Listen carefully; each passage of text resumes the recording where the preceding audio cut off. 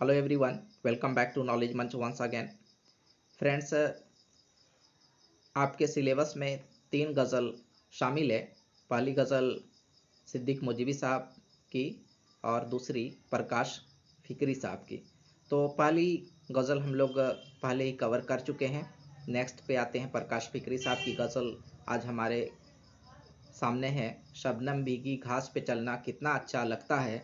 इससे पहले कि आगे बढ़ें, प्रकाश फ़िक्री साहब को से ज़रा सा तारुफ कर लेते हैं। प्रकाश फ़िक्री साहब का असल नाम ज़हीरुल हक है और इनकी पैदाइश 12 अगस्त 1929 ईस्वी को अम्बाला हरियाणा में हुई। लेकिन जब भी बिहार झारखंड की बात आती है उर्दू शायरी में, मुत्तहिदा बिहार झारखंड या खासकर झारखंड की बात हो उर्दू शायरी में, तो इनका नाम आना लाजमी है, क्योंकि इनकी पैदाइश तो ज़रूर हरियाणा में हुई, लेकिन ये झारखंड की राजधानी रांची में मुलाजमत पजीर थे और उर्दू शायरी को जो इन्होंने तोहफ़ा दिया है वो उसमें झारखंड की सरजमी का बहुत अहम रोल है। यहाँ से इन्होंने तोहफ़ा दिया है झारखंड की सरजमी से। इसलिए झारखंड के ताल्लुक़ से जब उर्दू शायरी की बात आती है तो प्रकाश फ़िक्री का नाम आना लाजमी है। तो इनका असल नाम ज़हीरुल हक है और तखल्लुस इनका फ़िक्री है। प्रकाश फ़िक्री इनका कलमी नाम है। आइए देखते हैं। शबनम भीगी घास पे चलना कितना अच्छा लगता है, पाँव तले जो मोती बिखरे झिलमिल रास्ता लगता है। तो शायर का इशारा कुदरती खूबसूरती, नेचुरल ब्यूटी की तरफ है यहाँ पर कि शबनम भीगी घास पर चलना। शबनम जब घास पर चलती है, घास भीग जाती है, उस पर चलना कितना अच्छा लगता है। शायर यहाँ उस खूबसूरती को बयां करने के बाद खुद के बारे में बताता है कि उस पर चलना मुझे बहुत अच्छा लगता है। पाँव तले जो मोती बिखरे झिलमिल रास्ता लगता है। शबनम यहाँ पर ओस हो गया। पाँव तले जो मोती बिखरे, इस तरह लगता है कि कुदरत ने पाँव तले मोतियाँ बिखेर दी है और रास्ता झिलमिल कर रहा है, जैसे किसी ने सजा दिया हो। तो इशारा बिल्कुल साफ है प्रकाश फ़िक्री साहब का कि कुदरत ने ऐसा लगता है कि रास्ते को सजा दिया हो और झिलमिल कर रहा हो। नेक्स्ट इनका शेर है इस गज़ल का कि जाड़े की इस धूप ने देखो कैसा जादू फेर दिया, बेहद सब्ज दरख्तों का भी रंग सुनहरा लगता है। यहाँ पर एक क्वेश्चन बन सकता है कि प्रकाश फ़िक्री साहब की गज़ल जो आपके सिलेबस में शामिल है तो उसमें किस मौसम का जिक्र किया गया है। तो जाड़े के मौसम का जिक्र किया गया है।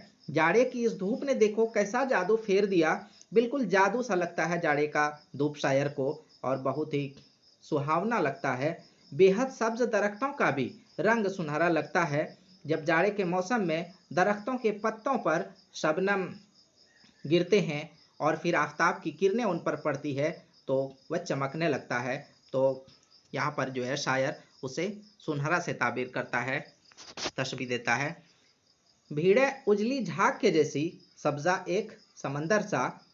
ऊंचे ऊंचे टीलों की बात हो रही है कि उस पर जब ओस की बूंदें गिरती है तो जैसे झाग के जैसे दिखाई देती है और फिर कहीं पर सब्जा घने दरख्त हो तो फिर वो एक टीले जैसे नजर आता है। दूर खड़ा हुआ पर्वत नीला ख्वाब में खोया लगता है। पर्वत मतलब पहाड़, तो दूर खड़ा हुआ पर्वत और दूर कहीं पर शायर यहाँ पर खूबसूरती, कुदरत की खूबसूरती को बयां करते हुए कहता है कि दूर में जो पर्वत है वो नीला नजर आ रहा है। और शायर दर हकीकत तो ये है कि खुद हकीकत में सारी चीज़ों को देख रहा है, लेकिन उसे लगता है कि जैसे वो ख्वाब में देख रहा है और ख्वाब में खोया हुआ हो, वो नींद में हो और उन्हें ख्वाब में ये सब नज़र आ रहा है। तो कुदरत की खूबसूरती को बयां यहाँ बड़े ही अच्छे तरीके से प्रकाश फ़िक्री साहब ने किया है।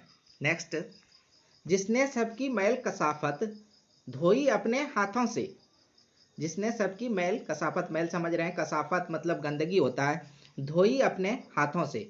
हम लोग अपने आसपास देखते हैं कि किस तरह से सारे कूड़े कचरे ये वो नाले के पानी आखिरकार नदी में बहा दिए जाते हैं। तो दरिया कितना उजला है वो शीशे जैसा लगता है। तो यहाँ शायर का इशारा इस ओर है कि इस तरफ है कि जिसने सबकी मैल कसाफत, जितनी भी मैल थी, गंदगी थी, आखिरकार सब क्या होता है, दरिया में बहा दी जाती है। लेकिन दरिया कितना उजला है, वो शीशे जैसा लगता है कि इतना गंदगी को धोने के बावजूद ना तो वहाँ गंदगी पड़ी रहती है और ना फिर वो कहीं आसपास दिखाई देती है, और वो फिर भी जो है शीशे जैसा चमक रहा है। मतलब उनकी जो ताजगी है वो बनी हुई है और उसमें कहीं गंदगी नज़र नहीं आ रही है। तो शायर का इशारा इस ओर भी है कि इंसान को भी ऐसे ही होना चाहिए, लोगों की गंदगियों को, लोगों की जो है खताओं को माफ़ करते हुए दरगुजर करना चाहिए और खुद को शीशे जैसा बनाए रखना चाहिए। नेक्स्ट, अंदर बाहर एक खामोशी, एक जलन है बेचैनी से, किसी को हम बतलाएं आखिर ये सब कैसे, किसको हम बतलाएं आखिर ये सब कैसा लगता है। अंदर बाहर एक खामोशी, खामोशी मतलब खामोश, शांति। तो अंदर, यहाँ पर शायर जो है खुद अपने बारे में कहता है कि उनके अंदर एक खामोशी सी है, बिल्कुल शांति सा है अंदर बाहर, और बाहर भी उसे लगता है कि सब कुछ खामोश है, बिल्कुल सब चीज चुपचाप है। एक जलन है, उनके अंदर जो है एक जलन भी है, एक चुभन भी है, एक बेचैनी भी है। शायर यहाँ पर अपने अंदर के इस तरह को, बेकरारी को बयां करता है कि एक खामोशी है उसके अंदर और एक जलन सी है, एक चुभन सी है, वो बिल्कुल बेकरार है, लेकिन किसी को कुछ बता नहीं पा रहा है। किसको हम बतलाएं आखिर ये सब कैसा लगता है। शायर यहाँ अपने आप के लिए कहता है कि हम इस चीज को, जो दर्द मेरे अंदर छुपा हुआ है, इसको हम किसी को नहीं बता पा रहे हैं। किसको हम बतलाएं, मतलब कि ना तो मेरा कोई हमदम है, ना कोई हमदर्द है, ना कोई हमसफर है जिसको हम ये सारी चीजें बतलाएं कि हमारे अंदर कैसी कैफियत है। शाम लहकते जज्बों वाली फिक्री कब की राख हुई, चांद रुफली किरणों वाला दर्द का मारा लगता है। और ये इस गज़ल का आखिरी शेर है और ये मक्ता है इस गज़ल का। आप इसे अच्छी तरह से याद रखेंगे कि मक्ता का पहला शेर क्या है और पहला मिसरा क्या है और दूसरा मिसरा क्या है। तो शाम लहकते जज्बों वाली फिक्री कब की राख हुई, हर मिसरा आपको याद रखना है। गज़ल एक एक शेर का जो दो मिसरा है, किन पहला मिसरा या दूसरा मिसरा क्या होगा, तो ये तो आपको याद रखना है। इस तरह के क्वेश्चंस बनते हैं। एक मिसरा आपका दे दिया रहेगा, दूसरा आपको जोड़ना है, पहला दे दिया है दूसरा जोड़ना, या दूसरा दे दिया आपको, उसके पहले वाला मिसरा क्या होगा वो बताना है एक शेर में। तो इस तरह के क्वेश्चन बनते ही हैं। आइए देखते हैं मक्ता में क्या कहते हैं शायर प्रकाश फिक्री साहब। शाम लहकते जज्बों वाली फिक्री कब की राख हुई, चांद रुफली किरणों वाला दर्द का मारा लगता है। जज्बा, भावनाएं जिसको कहेंगे हम लोग। तो शाम लहकते जज्बों वाली फिक्री कब की राख हो गई, जो हमारे जज्बे जो उबाल खा रहे थे, फिक्री वो कब की राख हो गई। अपने आप के लिए फिक्री यहाँ पर तखल्लुस है, तो यहाँ कह रहे हैं कि फिक्री वो जो है कब की राख हो गई, कब की खत्म हो चुकी, अब कुछ भी नहीं बचा उस शाम के मुतल्लिक में, वो खत्म हो चुका है। चांद रुफली किरणों वाला दर्द का मारा लगता है। शायर प्रकाश फिक्री साहब एक बार फिर शिकायत करते हैं कि उनके अंदर जो बेकरारी है, बेचैनी है, जो जलन है, चुभन है, वो बिल्कुल उनके अंदर कैद होकर रह गई है।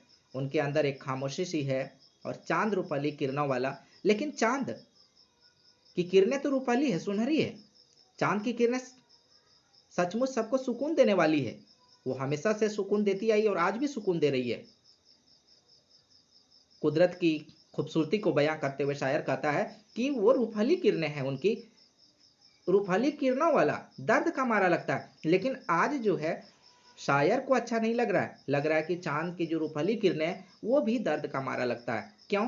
क्योंकि शायर के पास अपना हमदर्द नहीं है, ना उसका हमदर्द है, ना हमसफर है, जिसकी वजह से रूपहली किरणों वाला जो इतनी सुकून देने वाली जो किरणें हैं चांद की, रोशनी है चांद की, तो वो भी दर्द का मारा लगता है। आई होप कि फ्रेंड्स आप इसको बहुत अच्छी तरह समझ गए होंगे।